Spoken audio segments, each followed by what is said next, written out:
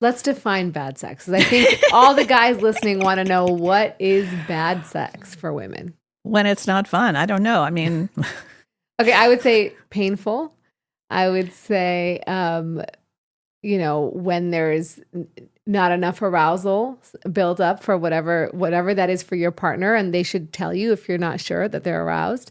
And that may or may not include lubrication, depending on age, hormone status, a variety of different things. What else am I missing? Well, pee's not hard enough. But I want to go back to talk about lubrication. That's one of the misnomers about sex. People think that if they use a lubricant, that means there's something wrong with them. Mm-hmm. Let me tell you, it's just another form of a sex toy. Yeah. It's just something else to make it more pleasurable. I mean, we've used a lubricant since in our 30s. It doesn't mean there's something wrong. Or another misnomer, and I'm sorry we're going off the bad sex, but another misnomer is if you use sex toys, a vibrator, whatever, you'll never be satisfied by your partner because you're relying on that. And that's bogus. We're married almost 52 years. We're still changing things up in the bedroom. Mm-hmm. And it's not necessarily we're doing kinky things, but you can take the chocolate sauce out instead of the butterscotch sauce. But I always like to say, do it the day before you're going to change your sheets, not the day after. Yeah. You can use different sex toys. You can, change the clothes that you're wearing to be, to look sexy, whatever. There's so many ways to change things up. Those are things that will help you get away from the bad sex, trying to always, change things. But the vibrator, if that's that's your concern, make that part of your play. It's not one or another. So many things that men are afraid of. The women, if they just talk to their partner, the partner can tell you, no, I still want to have sex with you.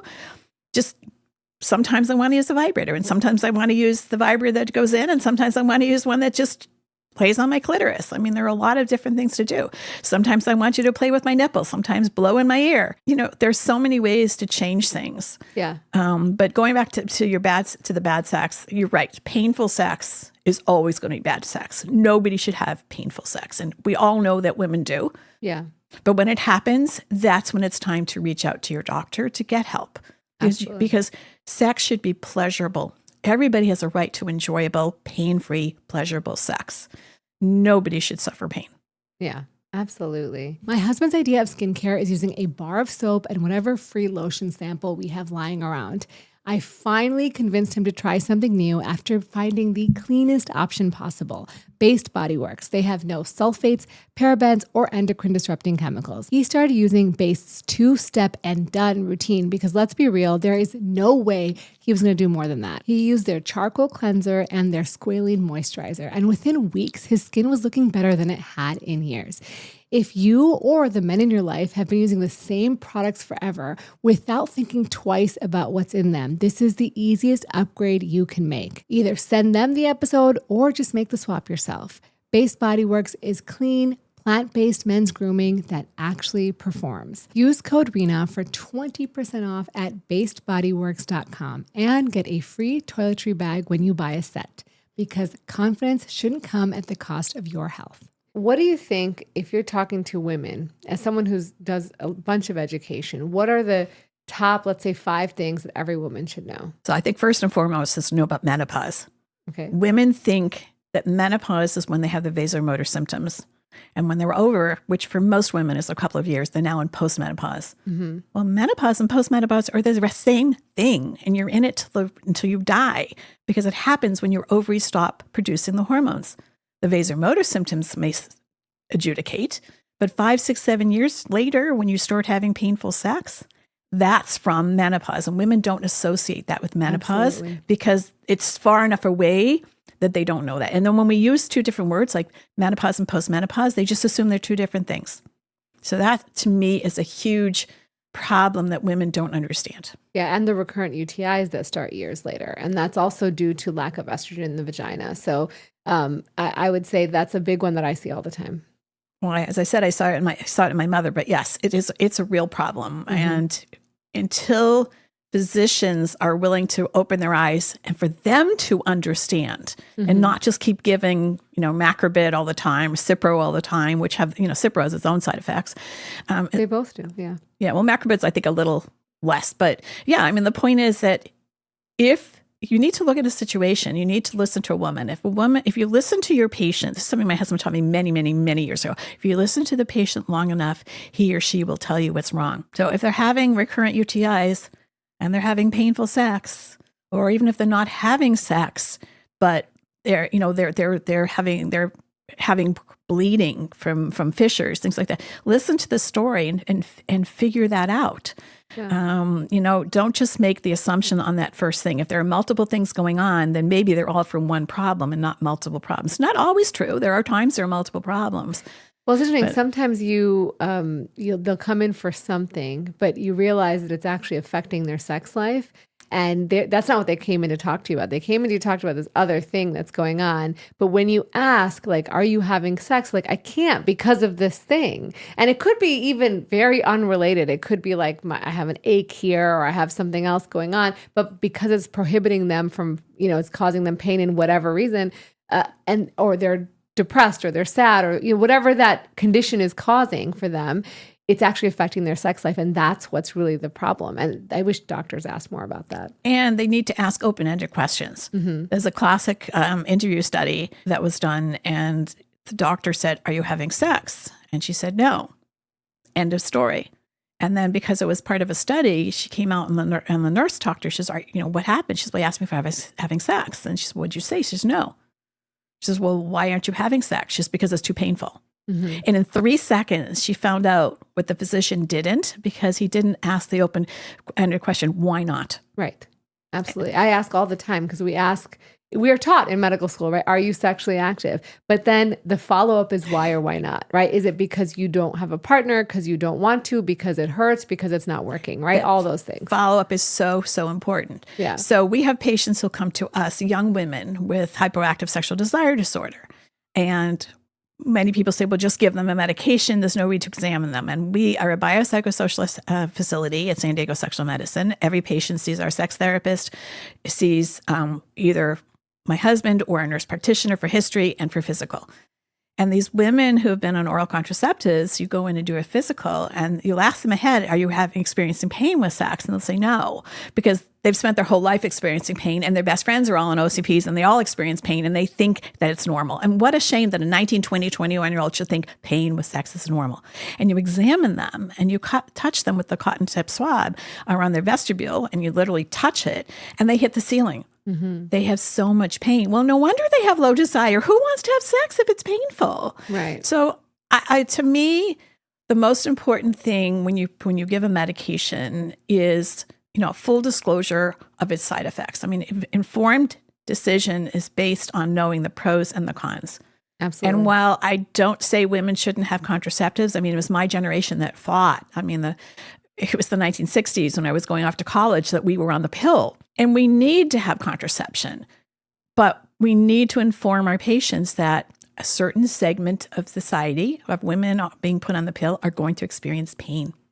And some of those women will continue to experience pain after they go off the pill. And we could get into that, but it's not really important. We've talked about it with Erwin. And I'm sure. So we don't need to go over it again. Yeah. But if you're interested in watching this, check out our podcast with Erwin Goldstein and Rachel Rubin. We talked about these on there. But tell me, so we said menopause. Now let's say you should know side effects of birth control. What are the other things you would say? Oh, goodness. I mean, I think going back that it's okay to use lubricants and toys and things like that, those are things that enhance sex rather than saying, oh, something's wrong with my sexual function, and so I need these things. In fact, they're just fun, just enhancements, whether you have sexual dysfunction or not. I think it's important to realize that, again, sexual medicine is medicine, and you shouldn't be ashamed of what's going on. Mm-hmm. You should be able to be comfortable talking to your doctor. It's like I like to say, if your doctor doesn't want to talk to you about it, it's time to find another doctor. Yeah. So many people want to know what is normal. And what is normal? Everybody has their own normal. I mean, I'm a multi-orgasmic woman. So if I only have one orgasm, that's not my normal experience. Yeah. But you may have only a single orgasm, and that is your normal. And other people may never experience it. And so, we have women who are upset about the orgasm gap. because they don't experience orgasms? And is it because something's wrong with their body or because their partner doesn't know how to stimulate them enough? That's another whole topic. But people will always want to know what normal desire is. And for you, normal desire may be as soon as your partner walks in the door, you're ready to jump him. And for me, normal desire may be a total response when I'm in bed with my partner. Everybody's normal is different. What I like to say, really what we should be talking about is average. The average response for this, the average results for this versus normal, because there is no normal with sex. If it's pleasurable and it's not painful, then that's normal. Yeah. I think the other thing, we talk about this a lot with our patients and on this channel, is like desire is very variable, and that's okay, right? You may want sex more, your partner may want sex less. If you're both content with that, that's fine, or you figure out other ways to manage that. But it is sort of being open about what is going on, what you desire, and how can you meet each other's needs and desires. But it's variable within a relationship, the same two people. One day I may want to initiate sex. Another day I may know you're going to have to work really hard to turn me on because I'm just not in the mood, but I want to have sex, or this is our designated time. When you get older, it's not unreasonable to have a date, to have a time when you designate for sex, because otherwise it just may not happen, because it's, you may need to take an oral pill for the guy. He may just need to self-inject. So he needs planning. She may need to, read a sexy book or play with herself a little bit, whatever. Yeah. So there's nothing wrong with planning sex. Although it's when you're young, obviously you'd like to have it be spontaneous. I mean, I wish my sex could be spontaneous, but the fact is I'm 76 years old and I'm just really happy that I'm still having really good sex. Yeah. So I'm willing to plan it because that helps us in our relationship. Yeah. I think it helps a lot of people because it also allows you to get mentally ready to be in the situation. For people who have lower desire, sometimes it's like, okay, like you said, I can do something to prepare, get myself mentally in the mood. And also I think just like without the performance anxiety of it, even just being intimate together is really important. So it doesn't have to always be like penetrative sex, but just having time for intimacy. But I think there are also Pavlovian things. So maybe you light the candles, and maybe you put on certain lingerie versus the stuff you normally sleep with. Mm-hmm. Maybe you put on certain music and it kind of cues your body and your partner's body, we're going to have sex. And every couple is different, and not everybody is in a relationship. And I recognize that. And when you're not in a relationship, your desire in particular may change with partner, but also your arousal response to desire, your arousal can result in an orgasm. All of that is variable. How tired are you? How stressed are you? How long a relationship are you with the partner? I mean, there's so many variables. And so there's no right or no wrong. And it's okay if sometimes sex just isn't good. It's okay. Yeah. It's not okay when sex always isn't good. Yeah. And mediocre sex is okay on occasion. Yeah. It's normal that it's not always going to be mind-blowing. Right. And I think that's the real important thing to take home. You've done clinical research, and I think it's really important for people to understand how difficult it is to do research on sexual medicine and then specifically on female sexuality. So talk about that a little bit. It is very difficult. I think one of the early clinical trials was a registry of women with HSDD, and women don't understand the difference between desire and arousal necessarily. So just to call out who was an appropriate candidate taught me very early on how confusing it can all be. We have done a lot of desire studies because we have 2 FDA-approved drugs for women with low desire. So we've done a lot of those. And when you see these women, they are so grateful for the intervention that they've been allowed to have. And then it was really hard when the trials would end until it became FDA-approved. Arousal, really hard to call out that, and that particular problem. But there are women who have arousal problems as their primary goal, and there are drugs in development for that. There's nothing specifically for orgasm, but the good news is that the drugs currently approved for desire, they also measure the arousal and orgasm, all of which improved. So that really helps. I think the hardest thing is pain. Mm-hmm. We've done clinical trials with pain, and there's so many etiologies for pain.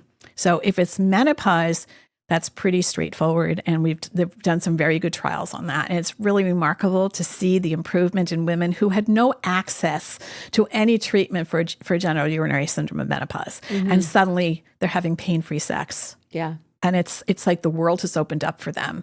And that was a lot of fun. We've done some of those that are multi-site trials, and we've done some in our office that we're the only ones. We took intravaginal DHEA, for instance, which is something you put inside your vagina.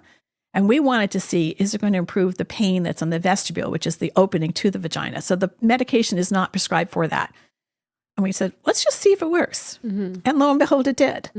And we were able to publish a paper on that. So while the FDA is never going to say this is an indication for this drug, we can, truthfully say this is safe and efficacious for that. So it's fun when you get results like that. Like we went in with another drug, an oral drug, doing it with the same study, and we were sure it was not going to help for the vest. And it did.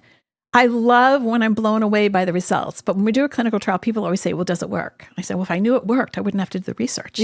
But I think one of the problems with pain is when we get the younger population with pain. It may be hormonally mediated from oral contraceptives or for whatever. But we also have the neuroproliferative vestibulodynia, which at this point, the only effective treatment is surgery. But there are clinical trials, not in women yet. Well, actually, there is one that's just starting in women.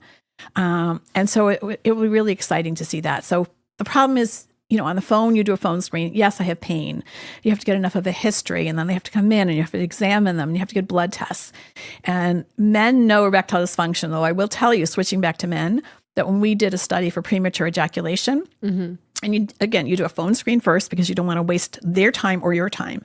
And I remember talking to a gentleman trying to figure out if he had PE or if he just had erectile dysfunction, because there's a lot of that co-apps. Many men will ejaculate early before they lose their erection. Yeah. And so it's not premature ejaculation, it's erectile dysfunction. And I was trying to call out the difference in this gentleman.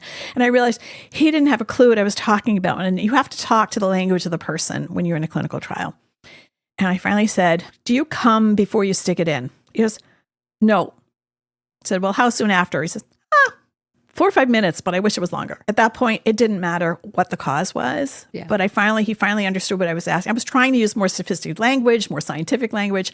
And, the man didn't meet the criteria to be in the clinical trial. Right. But we have to think about that, the language we use, whether it's for a clinical trial or if the doctor's talking to the patient. You don't want to dumb yourself down, but if you don't use language that the patient can understand, he or she may say yes, yes, yes, yes, and they haven't got a clue. Yeah. We always encourage people to come with a partner and let them listen to the educational portion of the visit so that they can help understand. You can talk it over. There's a lot of information. It's the 3-3-3 rules. You just give 3 pieces of information.